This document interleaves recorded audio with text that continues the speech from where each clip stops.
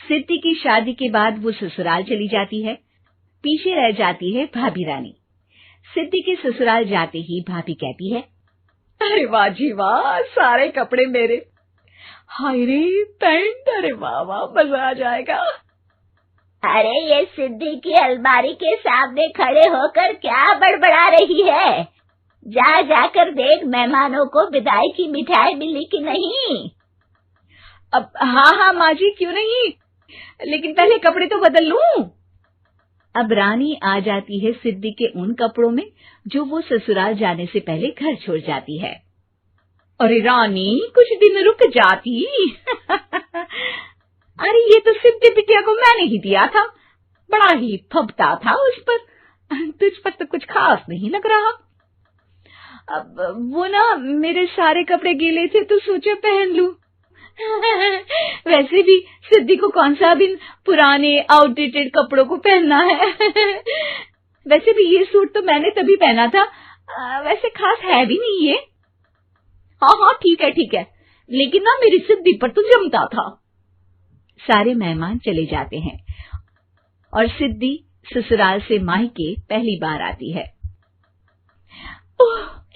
अपना घर, अपना कमरा, अपनी अलमारी। ये बोलकर जैसे ही सिद्धि अलमारी खोलती है तो सामने उसके कपड़ों की जगह कुछ और ही रखा होता है। माँ, ओ माँ, जरा कमरे में तो आना। सास और रानी वहां पहुंच जाते हैं। रानी ने पहनी होती है सिद्धि की जींस और टी शर्ट। अरे भाभी, ये क्या? ये तो मेरी बड़ी ही महंगी टी शर्ट है, इसे आपने घर में क्यों पहनी है? अरे बहुत मिलती है दीदी ये चौक की मार्केट में, 150 में। ओ भाभी प्लीज, ये एरोपोस्टल है, 2000 की एक टी शर्ट।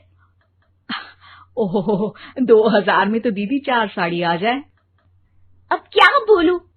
भाभी, ये मेरी अलमारी में छोटू के कपड़े, तो मेरे कपड़े कहाँ हैं?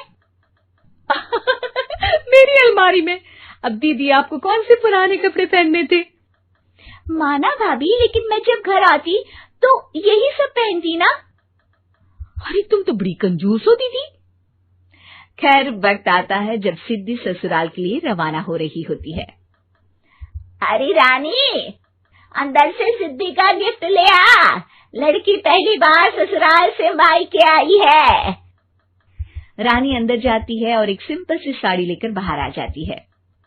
ये लीजिए माँ जी। सास बेटी को गिफ्ट देकर ससुराल भेजती है। अगले दिन रानी एक सुंदर सी साड़ी पहनकर सामने आती है। अरे रानी, ये तो वो साड़ी है जो मैंने सिद्धि को देने के लिए दी थी जब वो ससुराल ले जाती, लेकिन ये तूने कैसे पहन ली? अरे माँ जी, ये साड़ी तो मुझे बहुत पहले से ही पसंद थी, लेकिन चिंता ना करिए, मैंने सिद्धि के लिए भी अच्छी सी साड़ी दी है। हाँ। तभी सिद्धि का फोन आता है।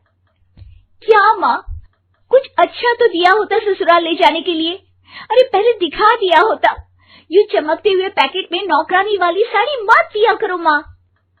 अरे बेटे, वो तेरी भाभी ने ना गलती से उससे पैकेट बदल गया। हाँ, मैं कल ही तेरे भाई के हाथ से तेरा वाला पैकेट भेज दूंगी।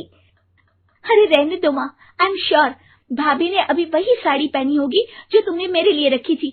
तुम तो समझ नहीं पाई उनको।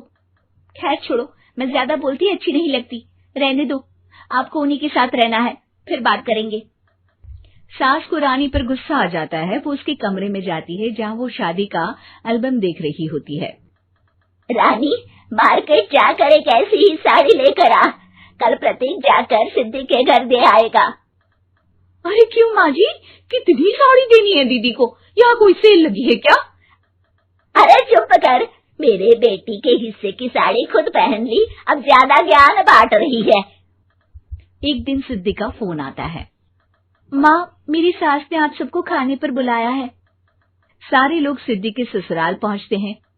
खाना खाकर वो लोग निकल रहे होते हैं कि सिद्धि की सास सभी को गिफ्ट देती है। अरे बहन जी, बेटी के घर का खाना खा लिया, यही बहुत है जो आप ऊपर से गिफ्ट भी दे रही है।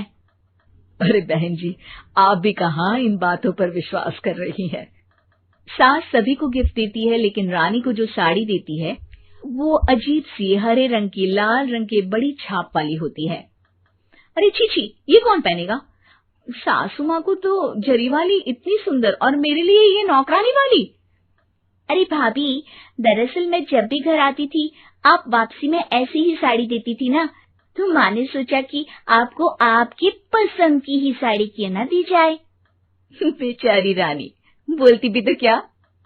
सिद्धि और सास रानी का चेहरा देखकर हंसने लगती है, तो रानी समझ जाती है कि अपने ही बिछाए जाल में वो फंस चुकी है।